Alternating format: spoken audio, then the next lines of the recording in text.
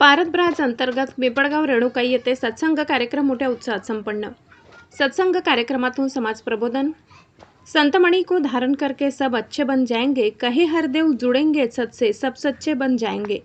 आदरणीय महात्मा सचिन अधाने जी, zonal in charge, Chhatrapati Sambhajinagar.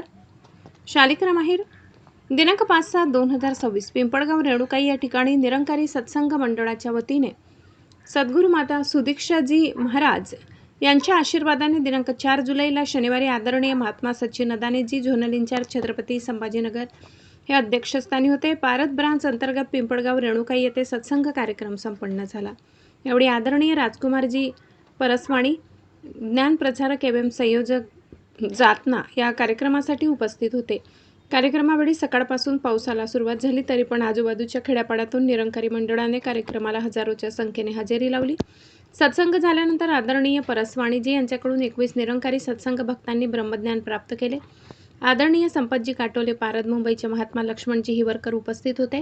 पारद branch आणि समस्त निरंकारी सत्संग पिंपळगाव, रेणुकाई, हिसोडा, करसगाव, रेलेगाव, पारद बुद्रुक, पारद खुर्द, कोठा, कोडी, लिहा, शेलूद, मोहडाई, कोसगाव, वडोद, तांगडा, शिवना, गोडेगाव, अंभई, धावडा, वालसावंगी आदी गावांमधून हजारोच्या संख्येने निरंकारी भक्तगण उपस्थित होते। यावेळी निरंकारी सत्संगाच्या कार्यक्रमात सर्व निरंकारी मंडळ उपस्थित सेवादल सेवेमध्ये आपले योगदान दिले। भजन आणि कीर्तनाने भरलेला कार्यक्रम, वेगवेगळे दाखले, अभंग आणि ओव्या यामधून सर्व उपस्थित निरंकारकी सत्संग भक्तांची मने जिंकून घेतली होती। सर्व भक्तगण तल्लीन झाले। विशेष उपस्थिती आदरणीय सचिन अधानेजी, झोनल इंचार्ज, छत्रपती संभाजीनगर, आदरणीय लक्ष्मणजी हिवरकरजी मुंबई उपस्थित होते। यावेळी बाहेरच्या गावाहून आलेले सत्संगासाठी निरंकारी मंडळ उपस्थित होते। अनेक गावातून आलेले सत्संग मंडळाचे सदस्य भक्तगण उपस्थित होते। पिंपळगाव रेणुकाई येथील महिला आणि पुरुष मोठ्या संख्येने हजर होते। सत्संग समाप्तीनंतर ज्ञानदान आणि लंगर प्रसादी याची व्यवस्था करण्यात आली होती। पारद ब्रांच आणि सत्संग निरंकारी मंडळाच्या वतीने हा कार्यक्रम आयोजित करण्यात आला। निरंकारी सत्संग पिंपळगाव, रेणुकाई व पारद ब्रांच सर्व निरंकारी मंडळांनी कार्यक्रमाला परिश्रम घेतले। India news pulse, Jalna. Das अपने आप को और हमारे जालना जिले के पारद ब्रांच को भाग्यशाली समझता है कि पहली रहमतें महापुरुषों के मुखार से जो शब्द निकला कि भाई हम पहले पारद में सत्संग का नियोजन करेंगे, तो सासंग जी आज इस रूप में आप सभी को सद्गुरु माता जी का पावन संदेश आशीर्वाद लेकर सासंग जी व्यासपीठ पर विराजमान महात्मा हमें सद्गुरु का पावन संदेश देने आए हैं।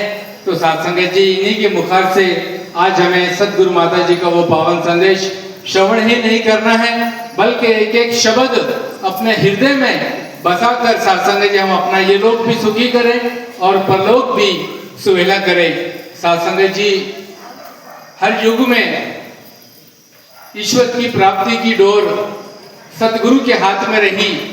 आज समय के सद्गुरु माता सुदीक्षा जी महाराज, इनके हाथ में सासंगत जी ये डोर है और आज ये ज्योत प्रकट है।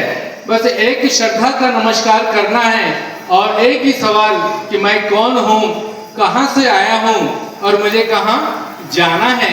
और सासंगत जी संगत समाप्ति के बाद सासंगत जी ब्रह्म ज्ञान कक्ष अभी हमने श्रवण भी किया।